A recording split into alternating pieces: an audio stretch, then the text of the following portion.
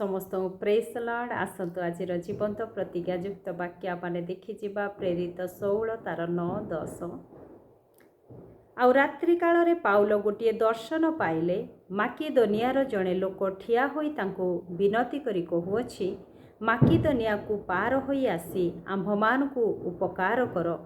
से एही दर्शन पाइला परे आम्भे माने तत्क्षणात माकिदोनिया को जीवा पाई चेष्टा कलु कारण से मानक निकटरे सुसमाचार प्रचार करने को ईश्वर आम्भमान को आह्वान करी अछंती बोली आम्भे माने बुझिलु। Praise the Lord. पाउल से एक दर्शन प्राप्त होअछंती आ माकिदोनियारु जड़े व्यक्ति से डाक पकाउछि आम्भ निकट को आस आम्भमान को उद्धार कर। आउ से दर्शन को से बुझी पारु अछंती जे परमेश्वर से चाहुछंती माकिदोनिया को जीवा पाई आ माकिदोनियार लोक मान को पाखरे सुसमाचार पहुँचीबो आ लोक माने जे प्रकार उद्धार पाइबे यह परमेश्वर के इच्छा बोली जानी पाउल टिके मध्य विलंब न करी आ से माकिदोनिया को यात्रा करुअछंती। आ माकिदोनिया जीवा समय प्रथम से गोटे प्रार्थनार स्थान को जाऊँच आ सेठारे केतेक स्त्री लोक माने समवेत होई प्रार्थना करुथिले आ सेमानक मध्यरे से शिक्षा देबाकू लागुअछंती। आ से स्त्री मानक मध्यरु जड़े स्त्री लोक जे कि थुआथिरा नगरर बैगुणिया वस्त्र विक्रयकारिणी लुदिया नामनी जड़े महिला से ईश्वरंकर जड़े भक्ता थिले। आउ से जेतेबेले पाउलंकर शिक्षा शुणिले आउ ईश्वर तांको हृदय को फिटाई दौछंती आउ से क्षण विश्वास करू करू निजे आउ तांको परिवार सहित से बाप्तिजित होअछंती। तापरे परमेश्वर पाउलंको आहुरी व्यवहार करुअछंती आउ से यात्रा करिबा समय रे आउ जड़े दुष्टात्मार आविष्ट लोक बारंबार तांको से प्रतिबाधा करुअछि आउ से परमेश्वर वाक्य को आगो को न बढ़िबा पाए से बारंबार पाउल को अटकाउछि किंतु पाउल ताकू बुली पड़ी आउ से आत्मा को धमक देकरी से कहउचंती मु तते यीशु ख्रीष्ट नाम रे आज्ञा देउछि एथिरे से मुहूर्त रे बाहरी गला। Praise the Lord.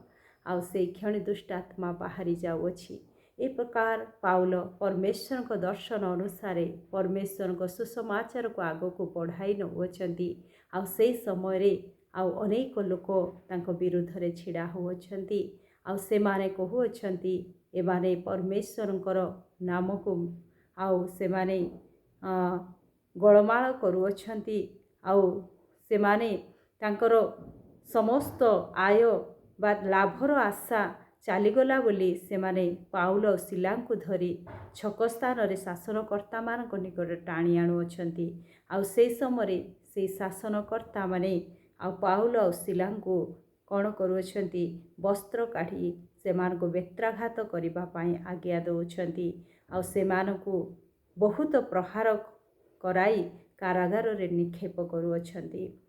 आउ से समय रे जेतेबेले आउ दृढ़ आज्ञा प्राप्त होई से मान को भीतर कारागार निक्षेप करा जाउछि पादरे हरिकाठ मध्य लगा जाउछि आउ से समय पाउल सिला मध्य रात्र रे से माने आराधना करिबाकू लागुअछंती प्रार्थना करिबाकू लागुअछंती स्तवगान करुअछंती आउ से समय बंदी माने मध्य शुणुथिले आ परमेश्वर वाक्य लिखा जाए ए समय हठात एक महा आश्चर्यजनक विषय घटिला आउ हठात महाभूमिकंप हैला कारागार भित्तिमूल कंपिबाकू लागिला आ तत्क्षणात समस्त द्वार मेला होईगला पुणी प्रत्येक लोकंकर बंधन फिटिगला। Praise the Lord. यही प्रकार परमेश्वर आश्चर्य कार्य से कारागार रे होअछि आउ से कारागार जो आउ महाशय थिले आउ से होउछंती कारागार रक्षक सी भयभीत होअछंती किंतु पाउल और सिला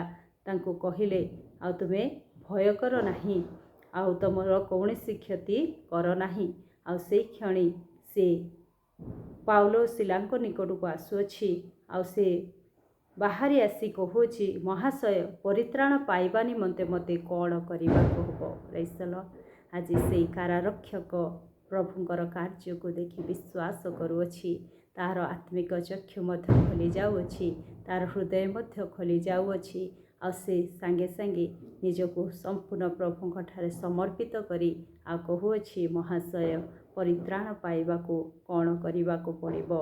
आ से माने कहिले ପ୍ରଭୁ ଯୀଶୁଙ୍କଠାରେ ବିଶ୍ୱାସ କର, ତାହେଲେ ତୁମ୍ଭେ ସପରିବାର ପରିତ୍ରାଣ ପାଇବ। ଆଉ ସେମାନେ ପରମେଶ୍ୱରଙ୍କୁ ବିଶ୍ୱାସ କରୁଛନ୍ତି, ପ୍ରଭୁ ଯୀଶୁଙ୍କୁ ବିଶ୍ୱାସ କରୁଛନ୍ତି, ଆଉ ସେମାନେ ବାପ୍ତିଜିତ ହେଉଛନ୍ତି। ସେଥିରେ ସେ ସେମାନଙ୍କୁ ଆପଣା ଗୃହକୁ ଘେନିଯାଇ ଖାଦ୍ୟ ପରିବେଷଣ କଲେ, ଆଉ ସମସ୍ତ ପରିବାର ସହିତ ଈଶ୍ୱରଙ୍କଠାରେ ବିଶ୍ୱାସ କରି ଅତ୍ୟନ୍ତ ଆନନ୍ଦିତ ହେଲେ। ପ୍ରେଜ୍ ଦ ଲର୍ଡ। ଆଉ ସେମାନେ ସପରିବାର ପ୍ରଭୁଙ୍କଠାରେ ବିଶ୍ୱାସ କଲେ, ଆଉ ସେମାନେ ବାପ୍ତିଜିତ ହେଲେ, ଆଉ ଆନନ୍ଦ କଲେ। ଏହି ବାକ୍ୟରେ ମୁଁ କହିବା ପାଇଁ ଚାହେଁ, ପାଉଲ ସିଲାଙ୍କ ଜୀବନରେ ଅନେକ ପ୍ରତିବାଧା ଆସିଛି, ଅନେକ ସମସ୍ୟା ଦେଇ ଗତି କଲେ ସୁଦ୍ଧା ପରମେଶ୍ୱରଙ୍କର ମହାନ କାର୍ଯ୍ୟ ସେଠାରେ ପ୍ରକାଶିତ ହେଉଛି। ଆଜି ଆମମାନଙ୍କର ଦର୍ଶନ ଅନୁସାରେ ଯେତେବେଳେ ଆମେ ଆଗକୁ ବଢ଼ିବା, ଆମମାନଙ୍କୁ ଅନେକ ପରୀକ୍ଷା ଦେଇ ଗତି କରିବାକୁ ପଡ଼ିବ, କିନ୍ତୁ ଆମମାନେ ଯେଉଁ ଦର୍ଶନ ପାଇଅଛୁ ସେ ଦର୍ଶନକୁ ଆମମାନେ ଚାପି ନ ରଖି ପରମେଶ୍ୱର ଯେଉଁ ଇଚ୍ଛା ଆମମାନଙ୍କ ପ୍ରତି ରଖିଅଛନ୍ତି ସେ ଦର୍ଶନକୁ ଆମମାନେ ଆଗକୁ ନେବା ପାଇଁ ଚେଷ୍ଟା କରିବା। ଆଉ ସେଇ ଦର୍ଶନ ଅନୁସାରେ ଯେତେବେଳେ ଆମେ କାର୍ଯ୍ୟ କରୁ, ଅନେକ ନିନ୍ଦା, ଅନେକ ତାଡ଼ନା, ଅନେକ ପ୍ରକାର ଭୟର ବିଷୟ ଆମମାନଙ୍କ ଜୀବନକୁ ପ୍ରତିବାଧା କରିବା ପାଇଁ ଚେଷ୍ଟା କରେ, କିନ୍ତୁ ଶେଷରେ ପରମେଶ୍ୱରଙ୍କର ସେ ମହାନ କାର୍ଯ୍ୟ ପ୍ରକାଶିତ ହେବ। ଆଜି ବନ୍ଦୀମାନେ ମୁକ୍ତି ହେଲେ, ଆଉ ଆଜି କାରାରକ୍ଷକ ପରିତ୍ରାଣ ପାଇଅଛି, ଆଉ ସେଇ ଲୁଦିଆ ନାମ୍ନୀ ସ୍ତ୍ରୀ ଲୋକ ମଧ୍ୟ ପରିତ୍ରାଣ ପାଇଅଛି। ଆଜି ଆମମାନଙ୍କ ଜୀବନ ଦ୍ୱାରା ଅନେକ ଆତ୍ମା ଉଦ୍ଧାର ପାଇବାର ଅଛି, ଅନେକ ଲୋକ ପ୍ରଭୁଙ୍କୁ ଜାଣିବାର ଅଛି। ତେଣୁ ଆମମାନଙ୍କ ଜୀବନରେ ଯେଉଁ କଷ୍ଟ ଆସିଲେ ମଧ୍ୟ ସେଇ କଷ୍ଟରେ ଆମମାନେ ଭାଙ୍ଗି ପଡ଼ିବା ନାହିଁ, ସେ କଷ୍ଟ ପାଇ ଆମମାନେ ପଛକୁ ହଟିବା ନାହିଁ, କିନ୍ତୁ ସେଇ କଷ୍ଟ ମଧ୍ୟରେ ପରମେଶ୍ୱରଙ୍କର ମହିମା ପ୍ରକାଶ ହେବାର ଅଛି। ତେଣୁ ଆମମାନେ ପରମେଶ୍ୱରଙ୍କ ଠାରେ ଭରସା ରଖୁ ରଖୁ ଆମମାନେ ଯାହା ବି ନିନ୍ଦା ତାଡ଼ନା ଆସିଲେ ମଧ୍ୟ ସେ ସବୁକୁ ସହ୍ୟ କରି ପ୍ରଭୁଙ୍କର କାର୍ଯ୍ୟକୁ ଆଗକୁ ନେବାକୁ ଚେଷ୍ଟା କରିବା। କାରଣ ପରମେଶ୍ୱର ସେ ଆଶ୍ଚର୍ଯ୍ୟ ମନ୍ତ୍ରୀ, ସର୍ବଦା ଆଶ୍ଚର୍ଯ୍ୟ କାର୍ଯ୍ୟ କରନ୍ତି। ସେ କଠିନ ମନମାନଙ୍କର ହୃଦୟକୁ ଫିଟାଇବେ, ସେ ଅନ୍ଧ ହୋଇଥିବା ଲୋକମାନଙ୍କର ଚକ୍ଷୁକୁ ଫିଟାଇବେ, ଯେଉଁମାନେ ଆଜି ବିନଷ୍ଟ ହୋଇଯାଉଛନ୍ତି ସେମାନଙ୍କର ଆତ୍ମାକୁ ପ୍ରଭୁ ଉଦ୍ଧାର କରିବେ। ଆଜି ଆପଣଙ୍କୁ ଆଉ ମୋତେ ପ୍ରଭୁ ସେଇ ଦର୍ଶନ ଦିଅନ୍ତି, ଆମମାନଙ୍କର ସେଇ ଦର୍ଶନକୁ ଆଗକୁ ନେବା। ପ୍ରଭୁ ଏ ବାକ୍ୟ ଦ୍ୱାରା ମୋତେ ଆପଣଙ୍କୁ ଆଶୀର୍ବାଦ କରନ୍ତୁ। ଆମେନ୍।